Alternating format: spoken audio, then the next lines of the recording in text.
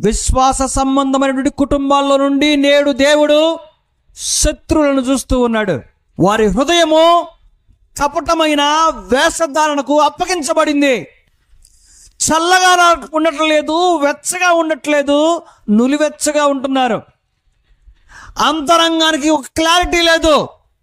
నువ్వు అటువైపు వాడవా, నువ్వు ఇటువైపు వాడవా, నీవు దైవ సంబంధివా లేకుంటే దైవానికి శత్రువువా?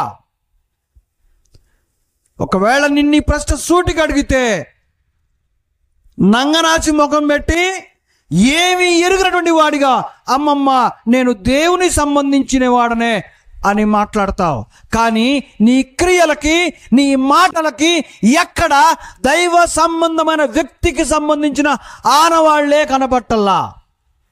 దానికి సంబంధించిన సాక్ష్యాలు బోల్డన్ ఉన్నాయి.